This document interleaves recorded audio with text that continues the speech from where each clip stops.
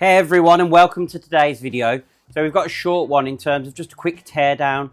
So to be able to make a shopping list of actually what's damaged and to actually see if I can find any hidden damage I wasn't aware of, we're going to just quickly tear down the car. It's not a how-to, because there's going to be plenty of videos in terms of how to do things on this car. But for now, I want to just pull that bonnet, the front bumper and the wing off. So we're quickly going to just run through that now and get that car stripped down. Okay, so here's me removing the bonnet. It's quite simple to do. Just make sure that you can take the weight of it because it is heavier than a hatchback. Right, so that's probably not the most conventional way of getting a bonnet off, but it worked. We've got that out the way now. Loads of dingus in there. But I think next, drop this front bumper off. Okay, so let's just pop these struts out the way. Make sure we don't lose the clips on those. We'll put those away with the bonnet as we do with the bolts so we don't lose them. So anything that comes off this car we're going to keep, because we may be able to reuse some of it or all of it. Okay, so one of the things we noticed on the teardown as well was the bonnet strut. One was slightly damaged and one was actually from the wrong car. It was off an F60 and they're actually a longer length on the F60 even though it's the same chassis. So that's something to be aware of if you sort of try and buy any used ones, that the F60 ones are different to the F54. So we've added a pair of these to the list as well on the teardown.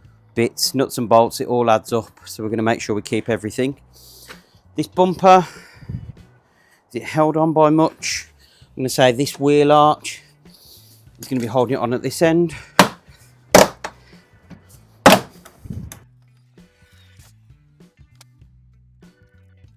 So there's a video on my YouTube channel on how to remove an F56 bumper.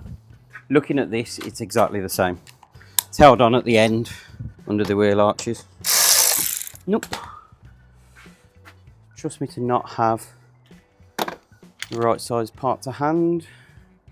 I'll say it's T25 or T30. Let's try and get one of each.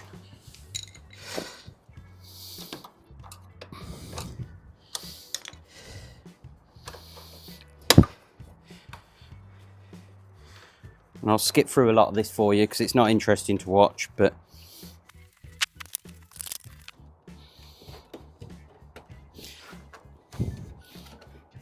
one hell of a cable tie. Right, that's off. This end, something in the wheel arch. Let's have a look. I haven't got my little torch for hand, so I'll use the big light bar. Right, okay. So the two 8mm bolts in the wheel arch. By the looks of it, holding the bumper up.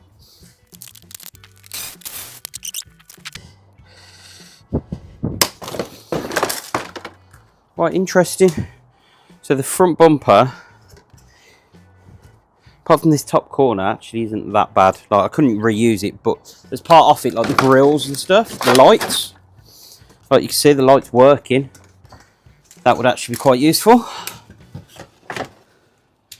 If we get in here, one,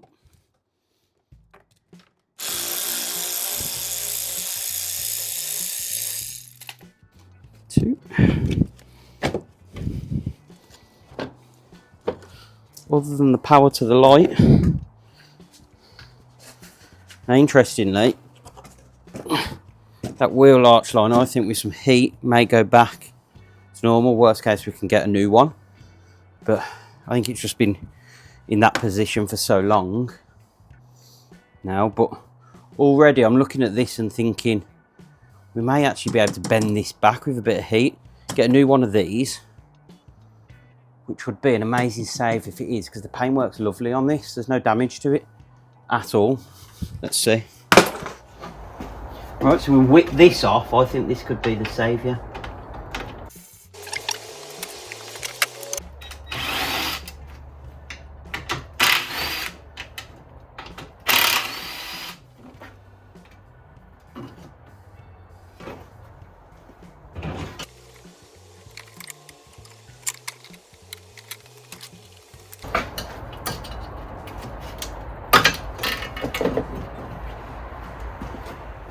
Guys, I might be going crazy, but literally, there's no damage here at all. All this is untouched, apart from this bit of foam missing. This will fold out with some heat, just pops in place. This, I think, if I buy this light surround that I've just took out, or the light bracket, sorry, put it here, it will show me where this needs to end up, and then we can just manipulate this and try and match it to the other side. We may not even need to replace that A panel. Okay, so on further inspection on the teardown, I actually found some damage on this. So it was slightly bent at the top, which just meant I wasn't 100% going to line things up. So I'm going to add this to the list of things actually on the teardown of removing and having to replace. Okay, and then obviously from the bonnet side of things, we need a headlight ring as well, because it obviously popped off in the accident. So that would hit there and popped that off. So you can see we've got that. But we can reuse any of the bungs and things. Same with the bumper. Try and keep costs down. We might be able to reuse some parts off like that, like the grill, etc. Okay, so we got to the point in the video where we'd actually pulled off all of the damaged parts we could find.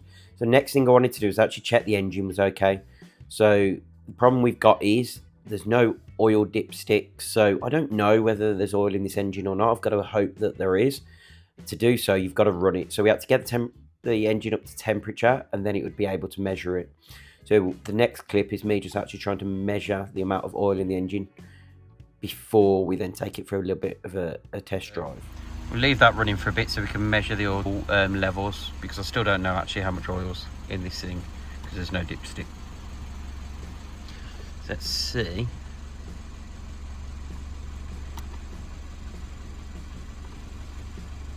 If it will now measure the oil levels. Looks like it might.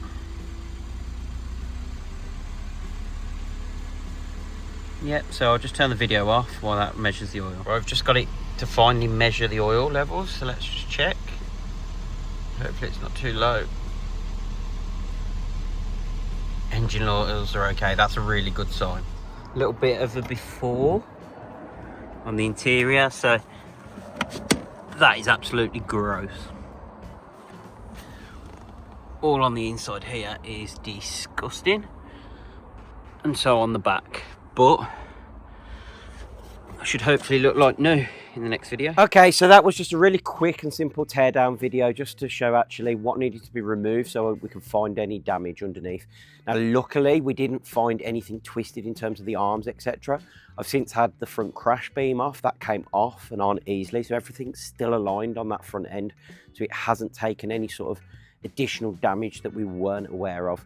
So other than that wing that I pointed out, actually everything that we could see on the start of that teardown video, we now know what needs to be replaced. So if you found that video interesting, please hit that thumbs up button, subscribe and hit the notification bell so you get alerts every time we upload new content. Thanks for watching, and we'll see you in the next video.